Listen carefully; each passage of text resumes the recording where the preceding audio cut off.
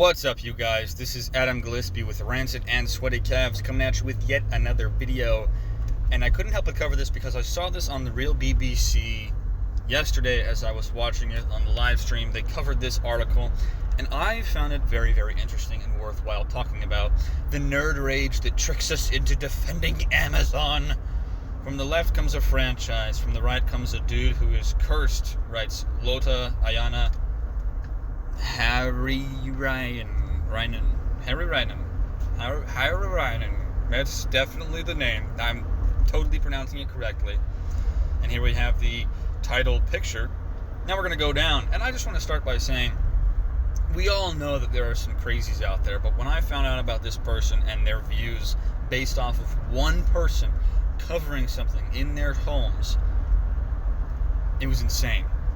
2 weeks ago, HBO kicked off its Game of Thrones prequel, House of the Dragon. Disney continues to pump out its Marvel multiverse with the series She-Hulk and the film Black Panther 2, Wakanda Forever. But the crowning glory of the whole party must still be Amazon's billion-dollar production, Rings of Power. 20 years after Peter Jackson's last Lord of the Rings film, we now get to return to Middle-earth. No, we don't. That never happened. Enter Nerd Rage, according to Harry Ryan.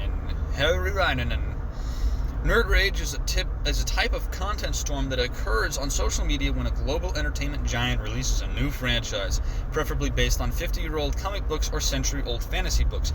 Let me just stop there. The main reason why it is that people might get a little bit uppity about things that are going on in these things that are quote-unquote 50-year-old comic books or 100-year-old fantasy books is because those are pieces of content and storytelling that are timeless, that have been proven to be timeless, that are beloved by fans all over the world because of how good they are, not because of how current they are. These 50-year-old comic books and 100-year-old fantasy stories, as she ever so lovingly decides to degrade them to and make them out to seem like nothing more special than that, were created with a certain passion behind them and are no longer being treated with that passion by the mainstream companies, which are destroying them continuously. In basements and studios corridors around the Western world, Rode microphones and camera tripods are brought out as fans and culture warriors tear apart every single trailer, interview, and leaked script online. But what's this? A dwarf without a beard? What do we have here? A black Valerian? Rage! Well, yeah, there's a particular reason. It's because they were written differently in the actual source material. And if you can't respect the very casting of the characters, how much less will you respect all the big important details? And we've seen that time and time again, over and over, as Marvel has continuously made mistakes and DC continuously makes mistakes in the casting and creation of characters on their live stream in their live action debuts. It will continuously fail if they continue to ignore the source material. Immerse yourself in Nerdrotic. I intend to. Nerdrotic is one of my favorite YouTube channels. He's a great channel to check out. I highly recommend going to watch his videos if you aren't already. Before I continue, I must delve specifically into the YouTube channel Nerdrotic. Not least because editor Clenol asked me to watch a little extra on this channel, even though I had already torn my hair out over said channel in front of said editor. Nerdrotic is a middle-aged man with a long beard, taped glasses, bags under his eyes, and the size you'd expect a man who thinks too much about intersectional feminism to have. Every other day he posts 1 or 2 videos with titles like Rings of Power Cringe, Woke Batman Cancelled, and She-Hulk is an Abomination. All of those titles are accurate, because that's an accurate statement about what the shows and content are, because all this stuff is in the modern age is content. It's not art, it's not storytelling, it's not a desire to make something beautiful, it's a desire to create content, to keep money coming in. And because of that desire to keep content going so they can make more and more money, there's no passion. That passion has dwindled into political intrigue, and that political intrigue has dwindled into no comic book sales, or no sales in general, or lack of ticket sales, or lack of subscribers to their platforms. The more you engage in political intrigue, and the more you engage in political conversation again and again and again as a basis, the less likely you are to engage your audience. I hate bringing up the fact that there's a lot of politics in the world, but I do have to bring it up because that is the root of the problem when it comes to content creation.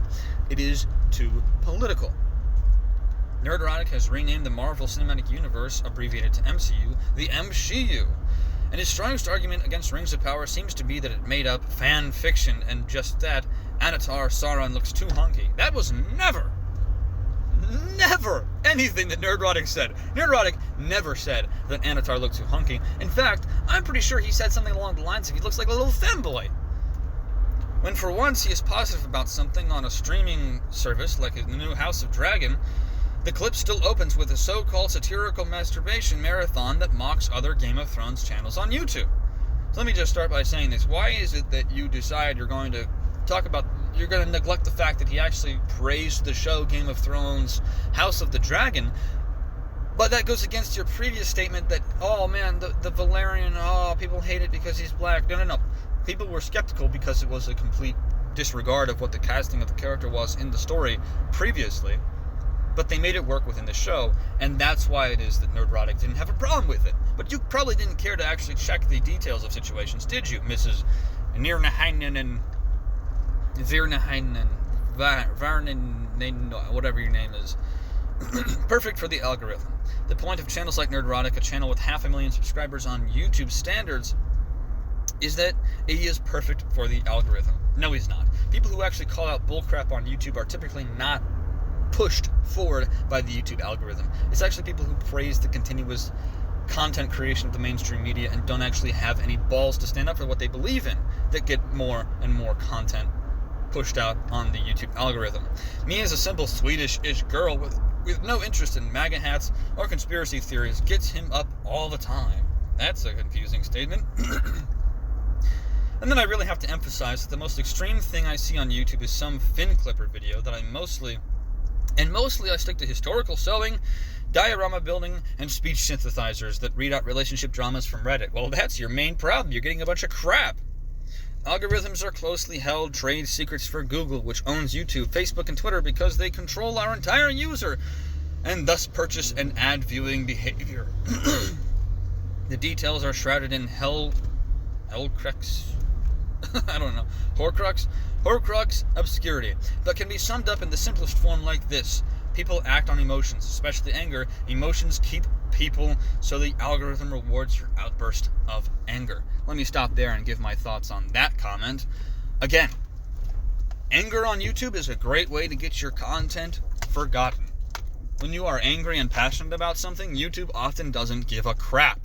YouTube will continuously push things that don't actually have any passion pushed behind them because it's easier for YouTube to push things that are completely neutral or politically advantageous for them rather than push something that is against their political viewpoint, like Nerdrotic, who just so happens to want storytelling to be good again instead of being politically focused. Same as myself, same as Young Ripa, same as Ryan Kinnell, Geeks and Gamers, X-Ray Girl, Mark the Cyborg, Mauler, and the EFAP crew. So many people just want individuals to have fun watching content, watching storytelling once again, and reading comics, and reading fantasy novels. That's not an outburst of anger, that's just a desire to see something be good again. For or against doesn't matter, as long as you get angry at the phenomenon the clip depicts, or the clip's depiction of the phenomenon. Combine that with a movie or TV series that has a multi-billion-dollar company like Disney or Amazon behind it, and you have a perfect storm. From the left comes a franchise, from the right comes a dude who's pissed off. Now let me just say this.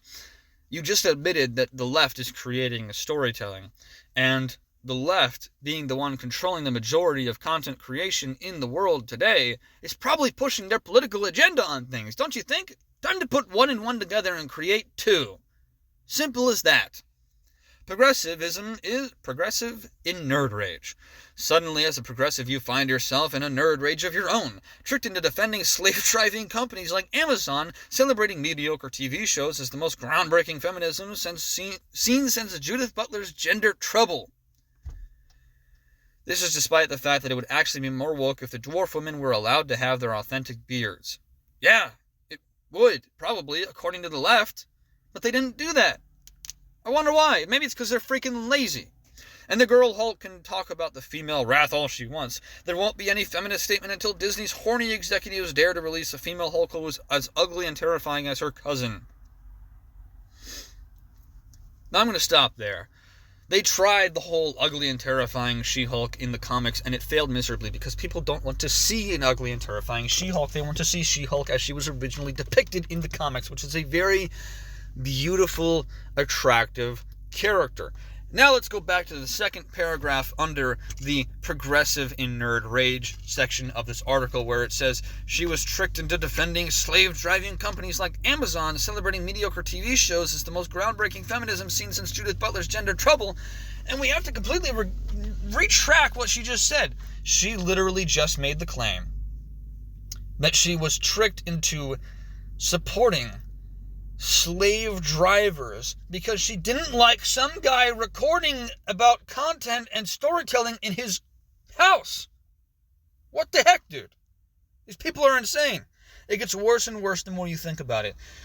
And it's ridiculous. This woman, whatever her name is, Varaya Rainen, whatever, I don't care what her name is absolutely insane. She got so butthurt over Nerdrotic talking about the lore inaccuracies of a show created by a company that she claims to be a slave-driving company, that she actually claims she wound up being, quote-unquote, tricked into supporting the slave drivers.